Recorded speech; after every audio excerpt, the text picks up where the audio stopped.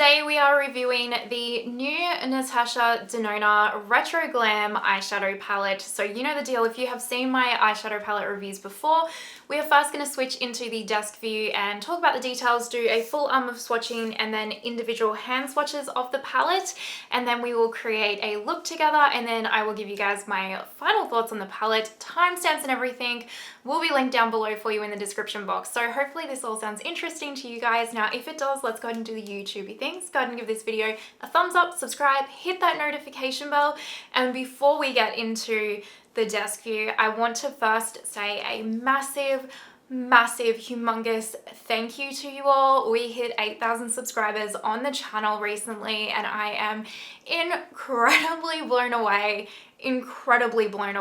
You guys have no idea how much I appreciate all of your support, and just thank you so much. So let's go ahead and get into the video.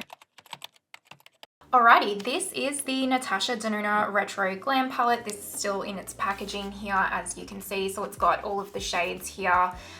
It's cruelty-free, 24-month expiry, made in Italy. These are all the shades and their ingredients. So standard kind of Natasha Denona outer carton packaging here. Very pretty. I will admit, I really love the packaging of this palette. So let's go ahead and open her up. Now this midi is a little bit different in terms of packaging compared to her original midis, because this one is slightly thicker and has this kind of like, is it Perspex kind of like acrylic packaging that's like 3D almost, and it's really nice and luxe feeling. I really like it. So this is kind of the original retro, and you can see that this one is a bit thicker, which may or may not, you know, tickle your pickle, but it is a little bit different. And I mean, I love Natasha's packaging. I like even just this one. I like that it's so sleek and minimal, but I do really like this as well, and I think it fits the retro theme. On Natasha's website, it says bringing two of Natasha's most celebrated creations into a new midi size palette. So this is actually not just inspired from the mini retro palette, but it is also inspired from the Glam eyeshadow palette. Most of you have seen the Glam palette on my channel. Look how dirty and gross it is. I love this palette. It is one of my all-time favorite palettes. And I think this is a lot of people's favorites. So I can see how she's kind of incorporated this palette into the retro glam. I also picked up while I was picking up this one from Beautylish, the mini retro palette, the one that started it all, because I felt like I just needed to complete the family, to be honest with you. Also, I've started collecting her mini palettes. I took two of them away with me I just literally yesterday got back from my trip to Melbourne, and I took the mini gold and the mini Zendo, and these are brilliant to travel with, brilliant. So I was like, absolutely, I'll pick that up. So this is the color story that started it all. It is gorgeous, it is retro, it's really a lovely color story. And then when she released her midi retro palette, everyone, I mean, this is a beautiful color story all in its own right. And again, a palette that I absolutely adore, but like you can't really see the resemblance, right? Like you're like, where did you get the inspiration for this? This is not this. And a lot of people were quite upset. While they might have loved this palette individually on its own, a lot of people were upset that they didn't get a midi palette with this kind of following on from this color theme. And so she then has obviously listened to said feedback and created the retro glam. I would like to give an honorable mention right now to the Sydney Grace Mel Thompson single eyeshadow bundle. So I believe it was last year when this palette came out. Mel, may she rest in peace, created a single shadow kind of bundle from her Sydney Grace singles of what she thought the midi retro palette should look like, and she nailed it as Mel did with literally everything. She just nailed it. And Sydney Grace came out with that single bundle to purchase, and some of the proceeds go to Mel's family, which is absolutely beautiful. So I have also purchased that bundle. I wanted to pick it up to support Mel's family, but I also wanted to pick it up because one, Mel nailed the color story, and I'm also a lover of Sydney Grace formula and wanted to compare it to this color story and just satisfy my curiosity. So I do have that bundle. It's on the way.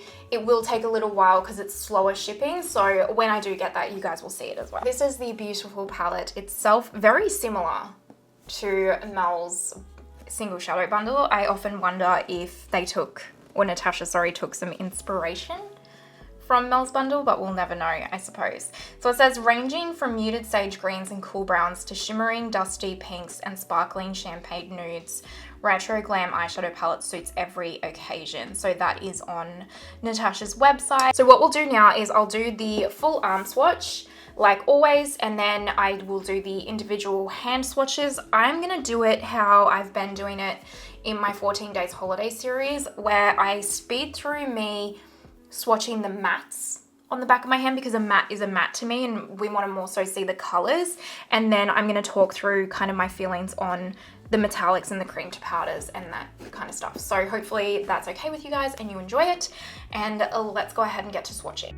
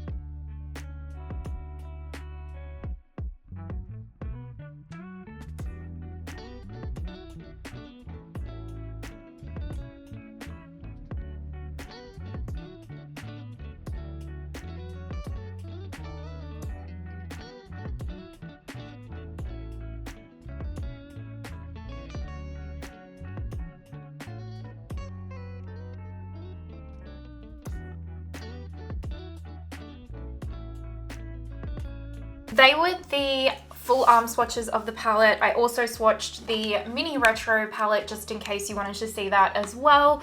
I'm not going to actually I would have inserted, or I'm going to insert a picture of this palette compared to all of the other midi Natasha Denona palettes that I own, so that you can see them for reference point.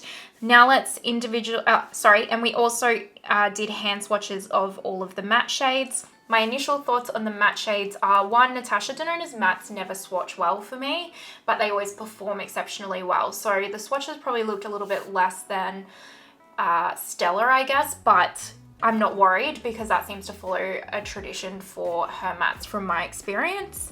But my initial thought, and this was my concern when I originally saw the pictures of this palette, is that I don't think that, okay, caveat, I don't think that the mattes in this palette are going to be suitable for deep to deep dark skin tones, maybe not even medium skin tones, because you saw on my hand there was like this shade, and almost this shade and this shade. Like they basically blended into my skin tone, and I'm pretty much a sheet of paper, you guys. Like I am so pale. So if they're so light on me that you can barely see them, I don't have any faith in them showing up on a deeper skin tone. The side note to that, like with the Makeup by Mario palette, for example, there was like maybe one shadow in there that a deep dark skin tone could use, whereas like a lot of these metallics and cream to powders will show up on a deep to deep dark skin tone, but also that's still not good enough. Like I don't think we needed both of these shades. They're so close, and same with even these. Like I think potentially there could have been, not potentially, there absolutely could have been two deeper shadows in here, then this palette would cater to a lot more skin tones, in my opinion. I'm not a makeup artist, so take that with a grain of salt and maybe watch other like professional makeup artist reviews on this palette, but that's just my takeaway initially. Let's go ahead and swatch now the rest of the shadows. So we're going to start with Flare, which is a sparkling metallic vintage rose with a silver shift, and this looks very pretty.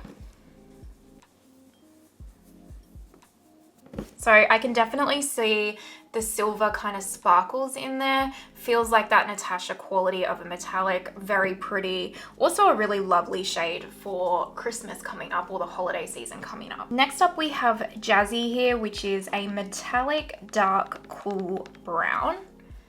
Such a lovely smoky eye kind of shade. And also this would look, if you are dark to deep dark, this would look really nice as a one and done shadow on you. Really pretty. Next up we have Oscar, which is a metallic light medium vintage champagne, which will also look really beautiful as a one and done shadow. Like obviously all these shadows will also look amazing as like looks, but just I know I like to give you guys some inspo on how you can do one and dones as well. So the next one we have here is the shade Evergreen, and it is a matte cream to powder medium dark sage green, and I love this so much. I love this, and I am praying that this looks incredible on the eyes because this is beautiful. Absolutely beautiful. And another really beautiful one and done on medium up skin tones. Next up we have Marlin, which is a metallic light medium sage green, and another absolutely stunning, can't emphasize the word stunning enough shade. Look at that. That is like a mermaid. Like, what? Absolutely gorgeous. Now we have Maxi, which is a metallic medium dark warm taupe. Very pretty as well. Will look really nice as a one and done shade on deep dark skin tone, sorry. Very beautiful. Or a really deep smoky eye for medium and under. Beautiful. So we've swatched all these mattes already. Let's go ahead and swatch Flutter, which is a sparkling light champagne pink. Again, very, very pretty. You can kind of see there's like these little flecks of glitter, which I don't think you guys would be able to see on camera, but in person you can. And it's quite dimensional and it's really lovely. We've swatched this one. So next up we have Palladian, which is a metallic pastel sage green. I would just say, I don't know how this, I can see a very, very, very faint green tinge, but to me this just looks like frosty white silver. I don't see overly a lot of green in here, just like the softest of soft whispers of a sage green. So yeah, I mean, it's beautiful. It's just, I would probably have liked that to be a little bit more green than what it is. And lastly, we have Oz, which is a metallic medium dark muted forest green, which again, really, really beautiful and a great one and done shade for most skin tones. Look at that. Oh yeah, I really like this shade. That is the palette swatched like we normally do. I am going to go ahead and create an eye look now like we do with this palette, and then I am going to give you guys my final thoughts. Timestamps and everything are down below like always, so let's get into it. Let's get into this look. I have primed with my Rare Beauty eye primer, and we will get into creating a look. Do I know what I'm doing? I mean, we know I'm going to use the greens, don't we? So let's just get started because we know I'm going to use the greens. Let's start off with my REFY number 15, and I will go into the fringe color first. I want to see how this fringe applies because the greens in the pastel palette don't apply that well. So I'm interested to see if this is going to build up at all. So I'm just going to gently pop this through the crease just like I would with a transition shade and see how it kind of goes. You could obviously use a white base, like a white concealer or something underneath this, and it will make it pop more. And the trick to these kind of like pastel shades is don't overblend, just kind of like pack them on and then ever so softly blend out the edges, but more so packing on the color.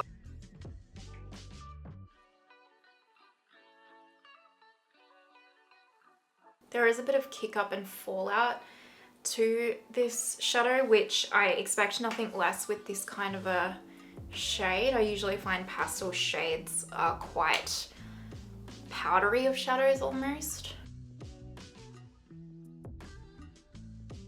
So next up we have the What's Up R102 brush, and I think I will dip into a little bit of this color, which is Belle. I'm just gonna see how this goes. It might be too light to even go on top of that green, but we'll just see. Just wanted to add a little tinge of pink in here. I think it's gonna be too light. That's just nothing, right? Like, this is not gonna work on deep skin tones at all. The quality of these shadows remind me a lot of the pastel palette, where it's like these more lighter shades where they're quite powdery. So just, yeah, again, just keep that in mind. Okay, picking up a REFY 14, let's just skip that step and let's go into this shadow right here, which is the Evergreen shade, and it's a cream to powder. And we'll use this to deepen. So I'm gonna pack this onto the outer corner first. And with the cream to powders, you just wanna start by packing and then blending. I mean, obviously do you, but that's just what I find to work for me. And you just want to use a really, really light hand. If you go in a bit too aggressive with these shades, they will get slightly patchy because they're cream to powders, so they will skip if you're not using a light hand.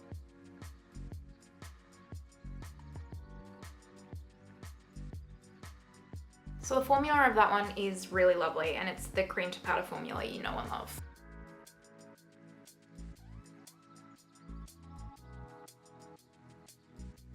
I'm just picking up an R105 and I'm going back into that fringe shade right here. I'm just going to use this to just buff. Actually, I might actually grab a mixture of sage and fringe here. Why not, hey?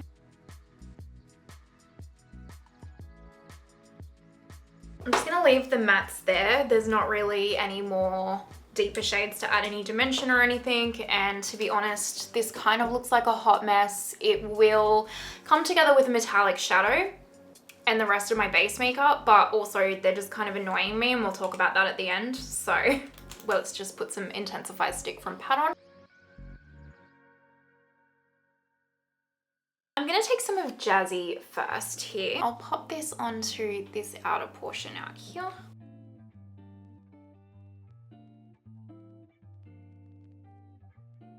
Then I'm gonna put a little bit of this one on, which is Oz. I mean, I have to, because it's gorgeous. Absolutely gorgeous. Not all the way to the inner corner, but pretty close. And I am taking it a little bit over Jazzy, because I took Jazzy a little bit too far for my liking. I mean, that's such a beautiful mermaidy shade. And I'm just taking this A505 from BK, and I'm gonna go into Marlin right here. And I'm just popping this on the inner corner. That shade's gorgeous too. As always, Natasha's metallics are stunning. That's the eye look so far. I'll talk about the mattes at the end. Metallics are beautiful. I really like those shades. They're really lovely. So let's go ahead and do the speed through of my base makeup. Again, timestamps and everything in case you only want to see certain parts. And then I'll come back and we'll finish up the lash line in the inner corner and stuff, and then I'll give you guys my final thoughts. Let's do it.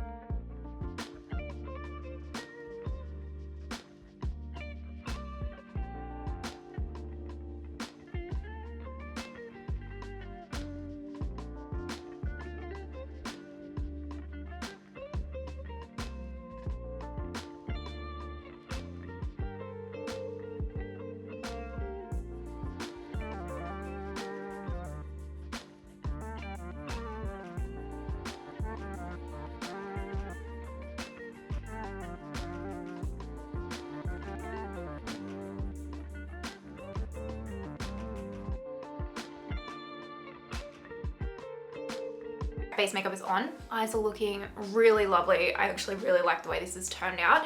As a side note, the new Kaleidos powders, this is the single shade. You can also get this in a trio with the contour. This powder is brilliant, brilliant. I will feature the contour as well in an upcoming get ready with me and everything, but I just wanted to shout out this because it just smooths and like looks flawless without looking dry at all. So shout out to that. Now I have put my eyeliner and top lash mascara on. So I put the Charlotte, I don't know what I was trying to say then. I put the Charlotte Tilbury black eyeliner on my top waterline. I put the LH Cosmetics Greige Core Crayon on my bottom waterline. And I put the Tower 28 mascara on my top lashes, which that mascara honestly lives up to the hype. It is insanely incredible. It just is. Let's do this lower lash line and then we'll do lips as well. I'm actually just gonna run a mixture of, what is this called? Fringe and Sage. So these two greens right here together. This is a Sephora Precision Shadow Brush. I will just gently run this. I actually really like the way that these eyes have turned out. And then I'm just going to take a little bit of Evergreen, which is that cream to powder, on a Delium Tools 785. Inner corner, we're going to go into Palladian, which is this one right here. I'll just quickly throw on some lower lash mascara and then we'll do lips. For lip liner, I'm going to take my Charlotte Tilbury Iconic Nude. Normally I take my Natasha Denona My Dream Lip Trio, which is my favorite lip combo, but I just picked up this new Hermes lipstick. This is the shade 13 and it's called Beige Kalahari. In Melbourne, in the Myer down there, they had a full Hermes beauty section where they had all of the makeup and I was just in heaven, which is why I picked up the blush and another lipstick. So it's like this beautiful beige. I really wanted a nude because you know Rose and Sense is one of my all-time faves. So that's beautiful. Look, it's nothing revolutionary in terms of a shade or anything like that. It is a very expensive lipstick, but I really love the Hermes formula. I love the packaging. I love luxury makeup. So I'm not going to tell you to go out and buy that, but I love it just the same. Okay, let me go. This is the eye look before I go and do my hair. I really like it. I really like how the look has turned out. But let me go do my hair and all that jazz and then we'll zoom out and I will tell you how I feel about this palette. So 2 seconds. This is the finished makeup look. What do you guys think? Now, if you don't know or you're new around here, I do suffer from hair loss and wear alternative hair. So this is my hair shopper. Now let's get into my final thoughts on this palette. I do have some thoughts. Now I haven't watched any other reviews. I have no idea how other people feel about this. All just my personal opinion. Please take it with a grain of salt, watch other reviews, think about whether or not, you know, you would wear this color story, all of that kind of jazz. It's just my opinion. There's so many different things about this palette that I feel, which is so odd for, you know, it's at the end of the day, it's just an eyeshadow palette, right? But I don't think, one, I don't like that this color story hasn't been fully catered to all skin tones, because even though the metallics in here will cater to all skin tones, these mattes are almost too light for me and I'm a sheet of paper, honestly. Like the camera makes me probably even look more tan than what I am. I'm very pale. And like this, some of these shades blended into my skin tone completely almost. So I can't imagine being any darker than me. Again, I'm not a makeup artist, so maybe I'm wrong about that. And if I am, just calmly tell me. You don't need to be rude about it, but just calmly tell me. The metallics though, obviously, if you are a deeper skin tone and you don't mind that the mattes might not work for you, but you really want the metallics, then sure. Now, in terms of the performance of the mattes, obviously I didn't use them all. I used these two and this one. I believe that this one right here and this one right here will perform completely fine like a normal Natasha Denona formula, because it's such a simple shade to formulate. These pastel-y type shades, this one didn't perform too bad. I didn't like the performance of these ones. They're so powdery that they kind of just blend into nothing. And I know that a little bit of that is just the shade as well. Like I said, these mint shade greens, I've never really come across one apart from, say, the Kaleidos formula, actually, as I say that really has wowed me. And if you have the Natasha Denona pastel palette with the mattes in there where they are quite powdery and you do need to really build them up or really finesse them to get them to work, then this feels quite similar in terms of the mattes. So just keep that in mind. Again, you could put a white base and all that kind of stuff underneath, but I don't know, I'm just not gonna do that. So I'll leave that up to you. The metallics in here are beautiful, beautiful. I genuinely do love the way that this look has turned out. This cream to powder matte as well, beautiful. Like really, really good quality, absolutely stunning. Truly adore the metallics. Now, let's talk about whether or not you need this. Everyone's value of $1 is very different. Everyone's personal preferences, personal opinions, what they find value in is completely different. So again, just keep that in mind. I don't know if you need this. I really don't. And I know that this is such a popular palette and so many people have been wanting it for so long. I just don't know if you need it, because here's why. I think if you own, again, her midi palettes, especially if you own Natasha Denona Glam, Natasha Denona Zendo, the Natasha Denona Pastel palette, even the normal retro, I think you have pretty much all of these shades. So I find like these shades here, they're quite similar to what is in the pastel palette. A lot of these darker silver taupey shades, they're in the Glam palette. The greens, they're kind of in the Zendo palette. I don't own the Zendo palette, the midi one, but from what I've seen of that palette, they look very similar. Is it exactly the same as what's in those midi palettes? No, definitely not. But it's along that same train. So I think if you own all of her midi palettes and you're kind of looking for an excuse not to buy this, then that's probably it for me, because I think that these shades are obviously still new and unique, but they're still, you probably own some shades that come really close to these in your collection.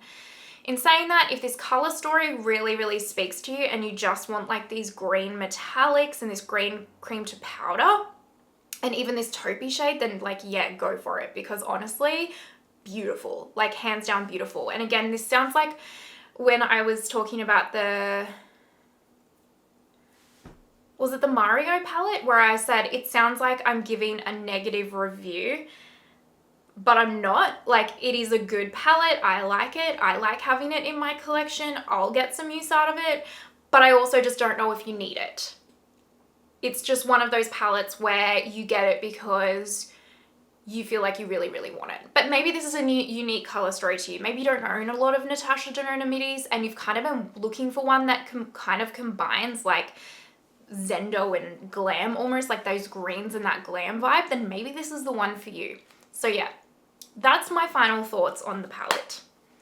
Hopefully they were cohesive and made sense. Hopefully you're not too upset at me because I didn't just rant and rave about how amazing it is. I mean, you know, the quality is still there.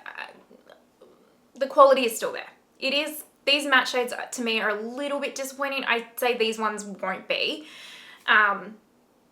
But also at the same time, I kind of get it. I get the formulation behind it, all that kind of jazz. So yeah, again, that's just my opinion. I would love to know your thoughts down below. 1, did you pick the palette up and have you played with it? What do you think? 2, are you still planning on picking the palette up? Let me know. Should I do a 3 looks 1 palette with this, or should I do a 4 looks 1 palette where I do 1 look, like on each eye, and then does that make sense? So it's like this half of my face will be 1 look and this half will be the other look. I don't normally like doing that because you can't see like the full finished look, which I think is like the whole kind of appeal of it all, but let me know what you want to see. I do not have time to film 5 looks 1 palette with this. I'm sorry, I've got so much stuff to film. But yeah, let me know if you want to see a 3 looks 1 palette, all that jazz, and any other videos down below. All right, if you're watching till this point, I'm sure this was a long one. You're an absolute legend. Thank you so much, as always. I truly appreciate it. And thank you again for 8,000 subscribers and for supporting my little channel here. I just value you so much. And other than that, I hope that you have the most amazing day wherever you are in the world. And I will see you next time. Bye.